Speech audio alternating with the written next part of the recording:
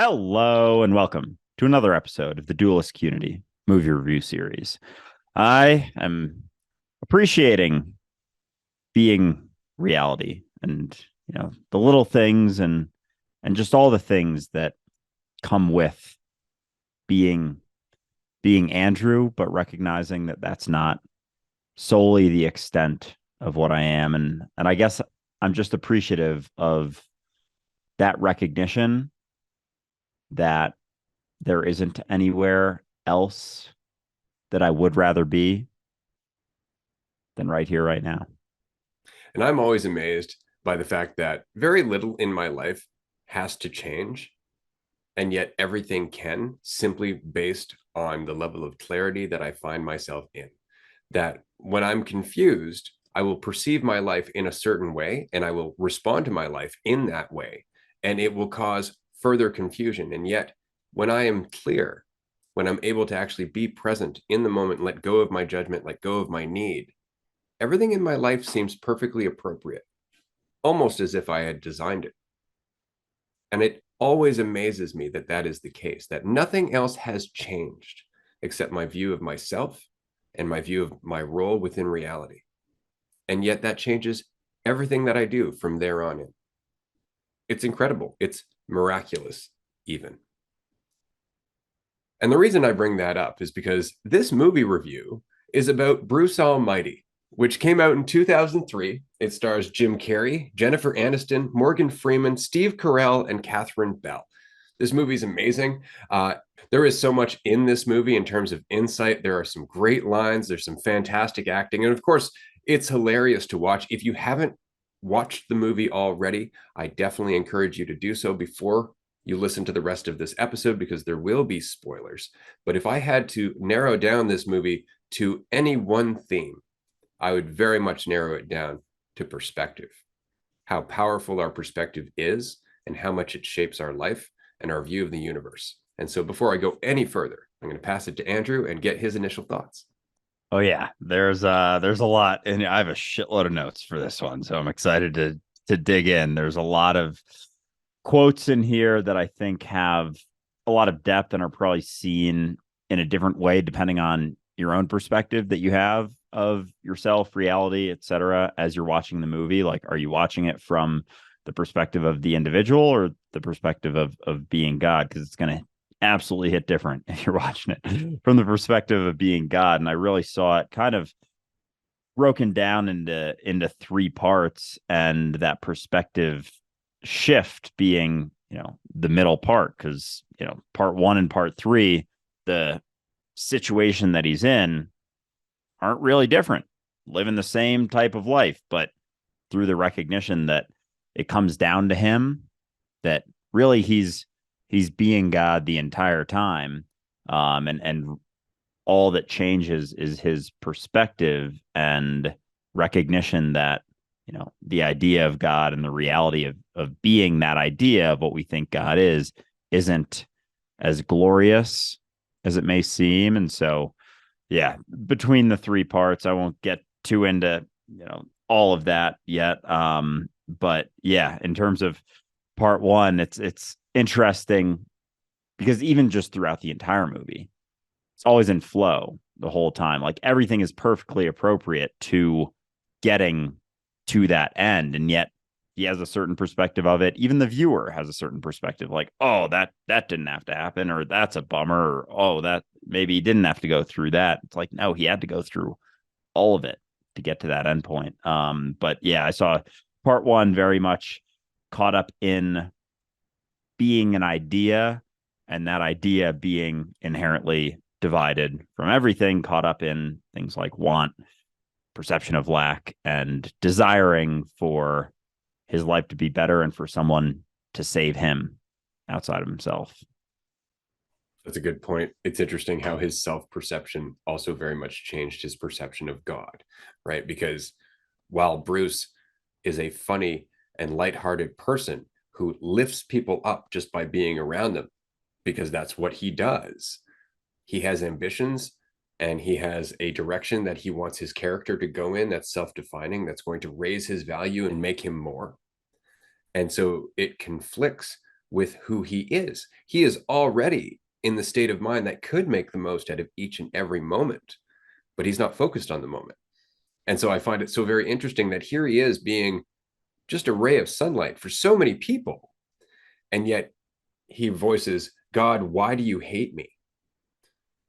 And it really is just a lack of perspective. And there is a crescendo in this movie. Like there is this resistance that you can feel building between who Bruce is and who Bruce wants to be. And reality just keeps causing conflict because the person that Bruce is isn't necessarily the person that Bruce thinks he should be. He's funny. He's like, maybe I should be more like Evan, who's not funny. Then I'd be anchor material and I'd get the thing that I want. It's right. But Evan's an asshole. You don't want to be an asshole. So do you want to give up who you are to become who you think you should be? Or do you want to look at who you are? I thought that was just incredible because it's really about perspective, like even down to the traffic jam.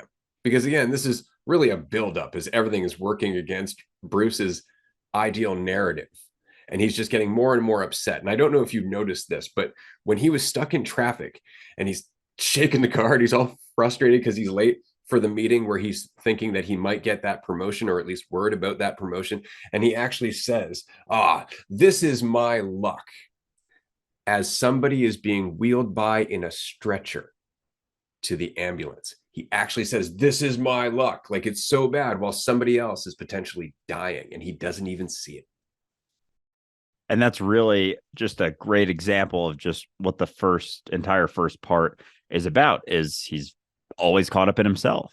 He's so fucking caught up in the idea of himself that he's not aware of anything that's happening. And that lack of awareness is the thing that's actually getting in the way, that takes away from his ability to recognize all of the potential in each and every moment. And he's so caught up in himself, like even, getting to that traffic jam, he's like, he wakes up late and he's caught up in bed because he's thinking about himself. I want to sleep more. And then drives Grace to work, still caught up in himself. Got the blood drive, got the kids. He's like, nah, none of that. I don't need blood's supposed to stay inside me. Just completely lost in the idea of himself. And he's like, oh, now I got to get to work on time. And it was all his things that caused him to get caught in that. And he's just so honed in and so focused on himself and what he wants that he's not able to see anything outside of those desires. And so he's talking to Grace and he's just saying how, I'm a victim. I'm not okay with a mediocre life. Like I have all these things and I'm not okay with it. And Grace brings up that it's always about him, and because she starts saying something about herself and he's like, oh, don't make it about you. And she's like, how could I ever possibly make it about me? It's always about you. And then he blames her again, making him feel guilty. Oh, side of guilt. Thanks a lot, Grace.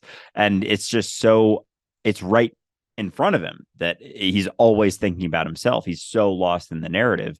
And it's just so obvious how much that is causing all of his conflict with reality. And then he leaves, he's driving and then it's like, God, give me a sign. And there's all the fucking signs in front of him. Like, stop, turn around, caution ahead, blah, blah, blah, blah, blah. And he's so caught up in just thinking about himself that he's not even aware of any of the things happening around him ever. There is zero sensitivity to reality because he's so lost in Bruce and what everything means about Bruce.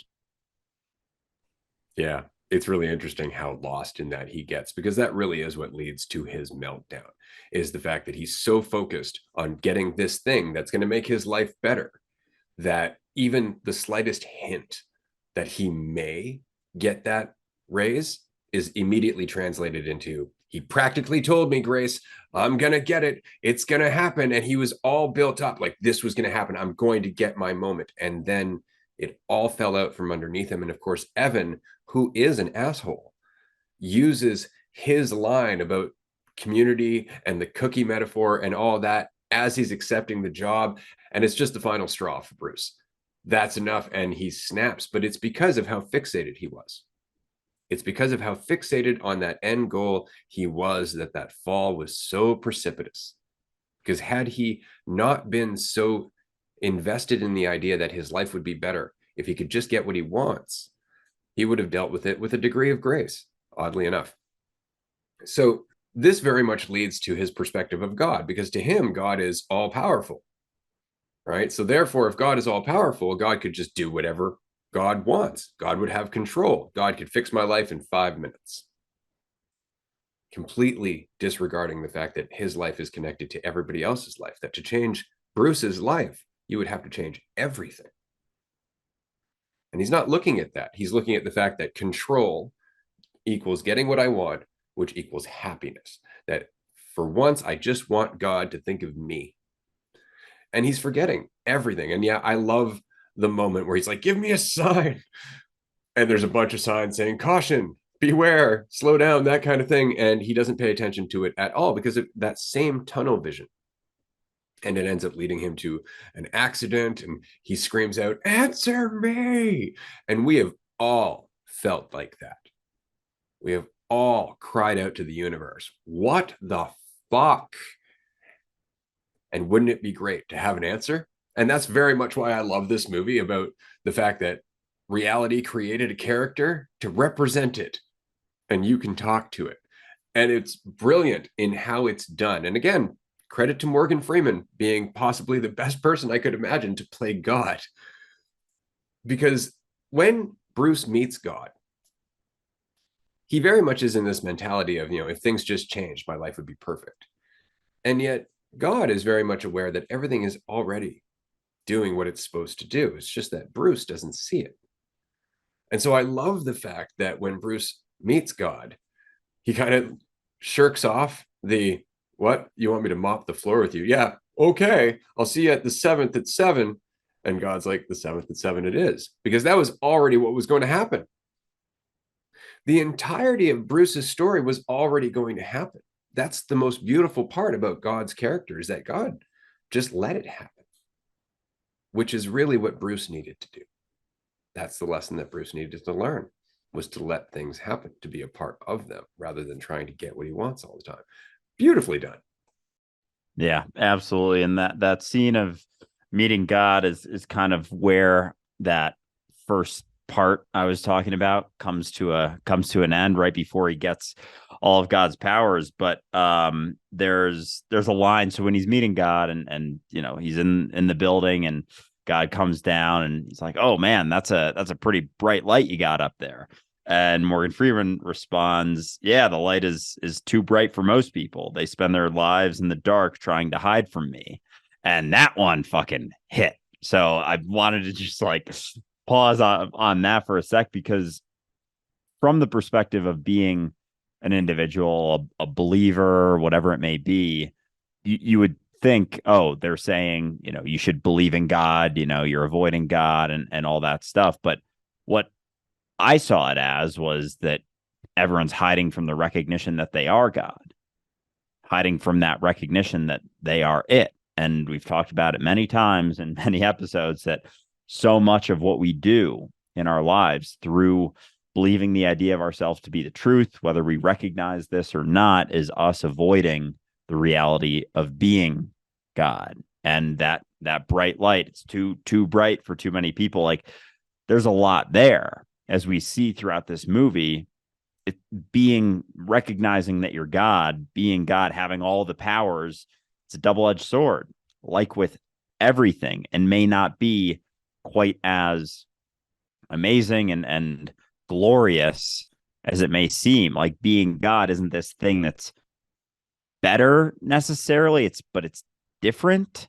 Like, there isn't this sort of hierarchy that we create in our minds and we've created in our society, but it's very much, it's another type of experience that has the potential to be incredible, but it comes down to you, which is no different than what you're doing right now. So yeah, that line just hit me very very hard. But yeah, that whole scene was fascinating, and then it gets into the next part, which is him sort of getting his powers. I really enjoy all of the little subtle things that they throw into that scene. Like the building, for example, is called Omnipresence, which I thought was really good. Or the different floors of the different room numbers. Two of them were creative and destructive. which I thought was fantastic. That was really good as well. One of the things I thought was really funny was after Bruce kind of gets told the deal, like, I'm God and you're going to be God. He goes through this transition phase where at first he's totally resistant to it. He still doesn't believe that he just met God. Like, he runs away from the building. He walks on water. His car starts. He's like, just start. And it starts. And so everything's immediately working out well for him. And what does he say? Oh, it's luck.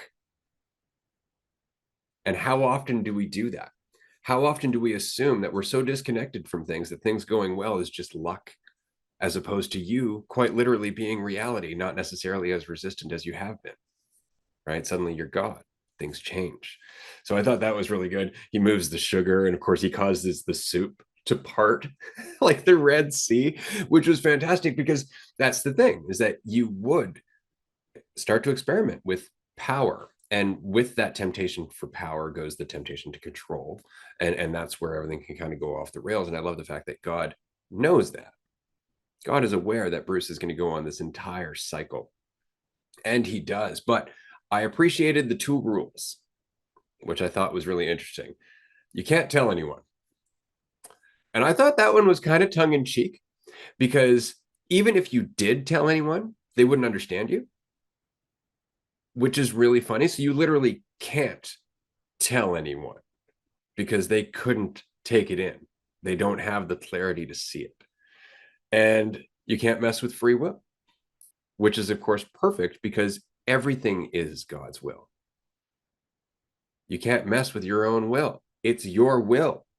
So I thought that was really interesting as well. And then when he has stopped panicking and God comes back and meets him in the diner and says, we should talk about this now. And they're out walking on the water. Bruce says one thing, and I loved this. I don't know if you caught it or not. He said, can I ask why? And God just says, yes, you can. And there was no further answer to that. It was just, yeah, you can.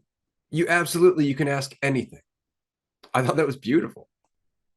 Yeah, and that eventually comes full circle towards the end when, he says that's everyone's problem. Everyone's always looking up because, everyone's always asking why this, why that, as opposed to recognizing that they're just it. And like, your perspective totally shifts. Like, the conversation totally changes when you recognize that you're it. It's not even that you start asking the same questions of why, even the question of like, why are we here? Why are we here on Earth? It's like, what do you mean? You are here. You are the here. You are the now. What do you mean? Why are you here? Like, those questions don't even make any sense from that perspective anymore. But the two rules I found very interesting because, yeah, can't tell anyone you're God. I didn't think of that, no one would get it anyway. But yeah, I mean, because it's funny because we're always saying this. Like, we're literally saying it all the time. I've started out videos like, you're God. I'm you. You're God. What if you were God? Blah, blah, blah, blah. And then people, like, we see it in real time. We see this play out on fucking Instagram and TikTok in the comments. People are like coming up with all different sorts of ideas, to avoid that recognition. And that's, the light is too bright for most people. They spend their entire lives avoiding this light. We literally see it in all the content that we create, because we are doing that. So it's funny that, he says you can't do it, but you just literally can't. And then you can't mess with free will. It's throughout the entire movie, I find it interesting because we see it as God from the perspective of being God as an individual, but there's still so much that is the recognition that you're also everyone and everything. And so getting into sort of the part two of having all the powers and everything beyond, he starts out by like doing all the magic tricks and whatnot, but then reality starts to settle in. And it's like, oh no, being God means taking care of yourself. And all of a sudden, he wakes up the next day and he's got all these fucking voices in his head. And I think that hit me in through the recognition that it's not just, it's not just an individual, being God means being everything, means being everyone. And so that is the responsibility aspect. You know, the whole Spider-Man quote, with great power comes great responsibility. That's very much the case throughout, you know, this sort of what I saw as part two of the movie, was getting the powers, but also recognizing the nature of actually being God. It's not just about the magic tricks and all of that. Like, everything you do has secondary, tertiary implications to everything. And so, because in this sort of early on in the second part, he's solely focused on himself, he doesn't recognize the implications of those things. So he starts hearing the voices. He just wants to deal with them, make his life easier, says yes to everyone. There's all sorts of shit that happens there. You know, he's talking with Grace on the balcony, brings the moon in,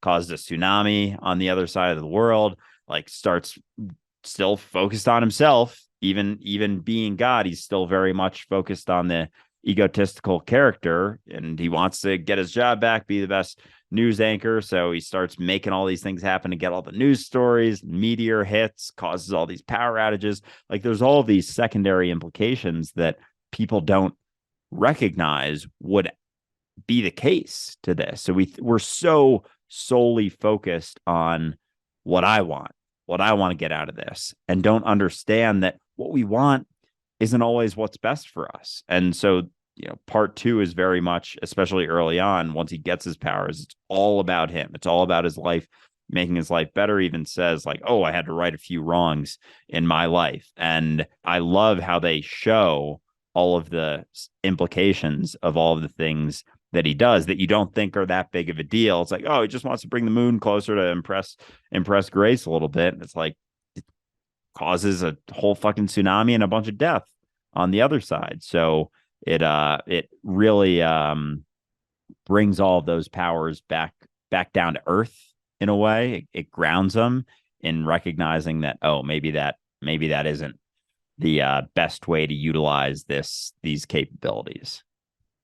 By the end of that second act, yeah, he finally gets the point. But it's so interesting that because Bruce is still very much fixated on the idea that if he gets what he wants, he'll be happy. As he starts responding to the prayers, his immediate assumption is if everybody gets what they want, they'll be happy. And it's a very simplistic and superficial view.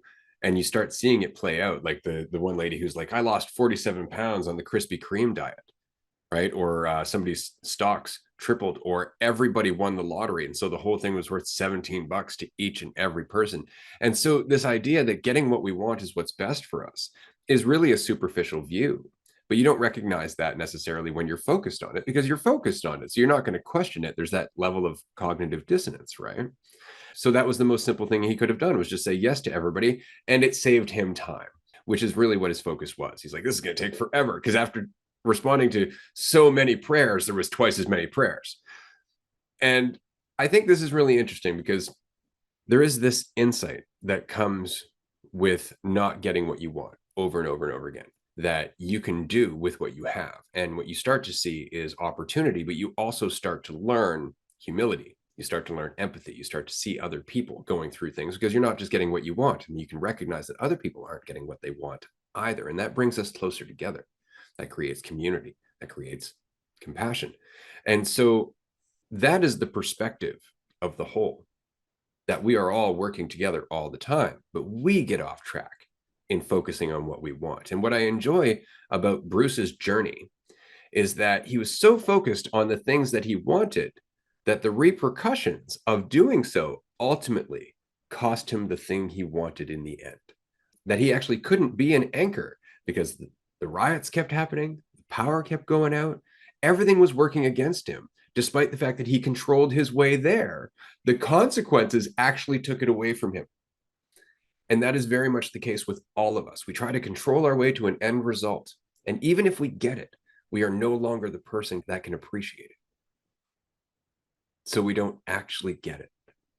I thought that was just fantastic. Yeah, I like that a lot, that we discount the mentality that we embody along the way. So we get to the point of getting all the things that we want, and we're not even able to appreciate it, because we've kind of cultivated this mentality of getting what we want all the time. And then so you get it, and it's like, well, you don't even know what to do with it in that state. And so eventually, it gets to the point where he trying to control everyone, everything, get everything that he wants. And he gets to a point and obviously that kiss scene, but before the kiss scene, just another quote that I found pretty funny is he's walking into the party and he's all like, big shot, best Mr. Exclusive and everything. And he says, everyone be fruitful and do long division, as opposed to be fruitful and multiply, because he had just dealt with all the fucking voices in his head and he recognized like,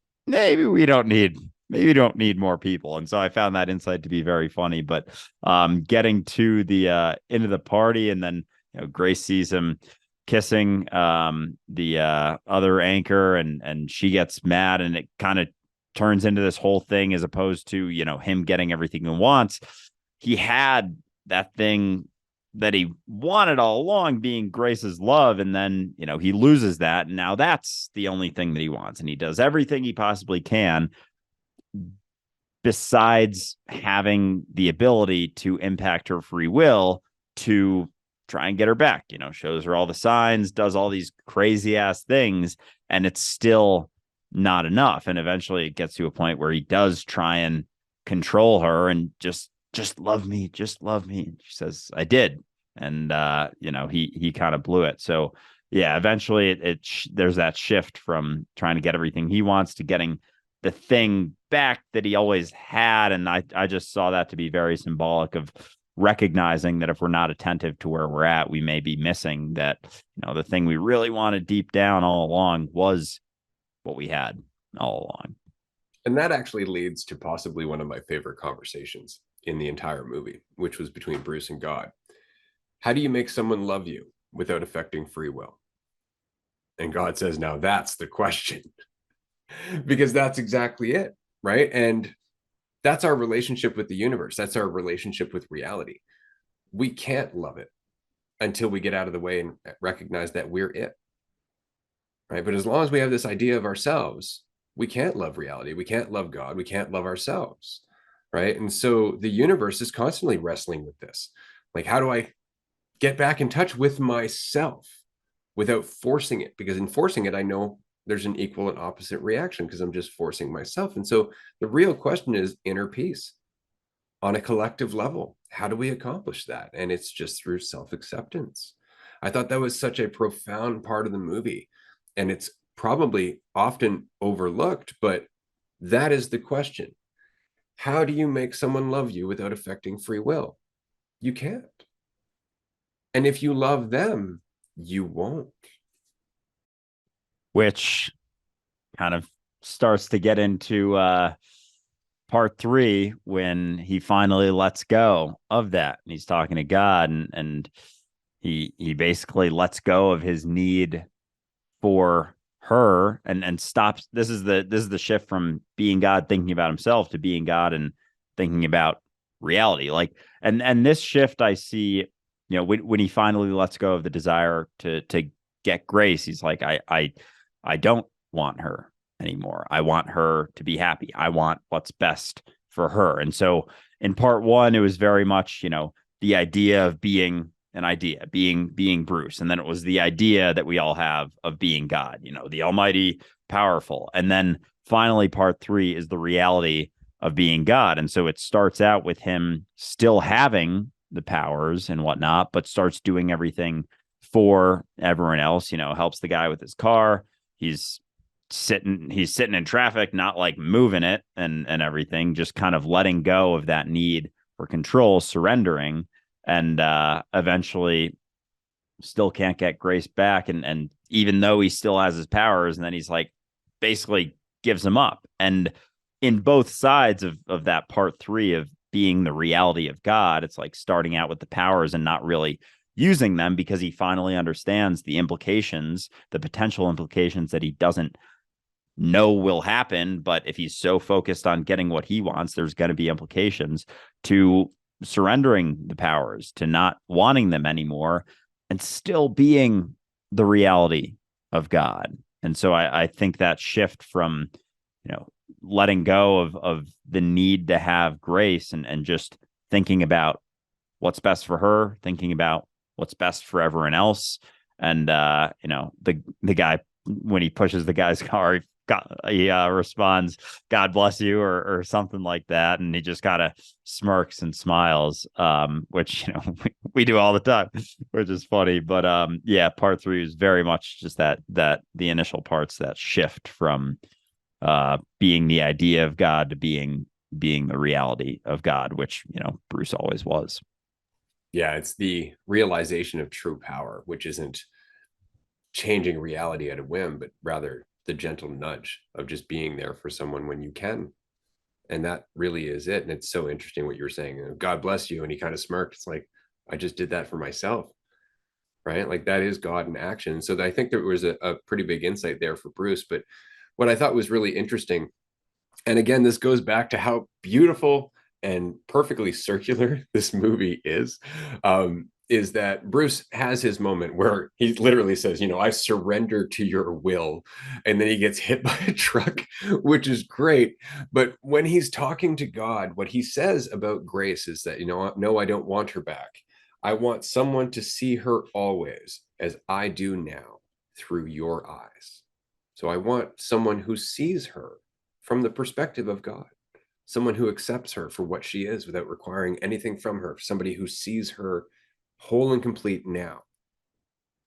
And I thought that that was such an interesting way to wrap up Bruce's story, because then he comes back having a near-death experience, which of course Grace doesn't know that he was ever God or anything like that.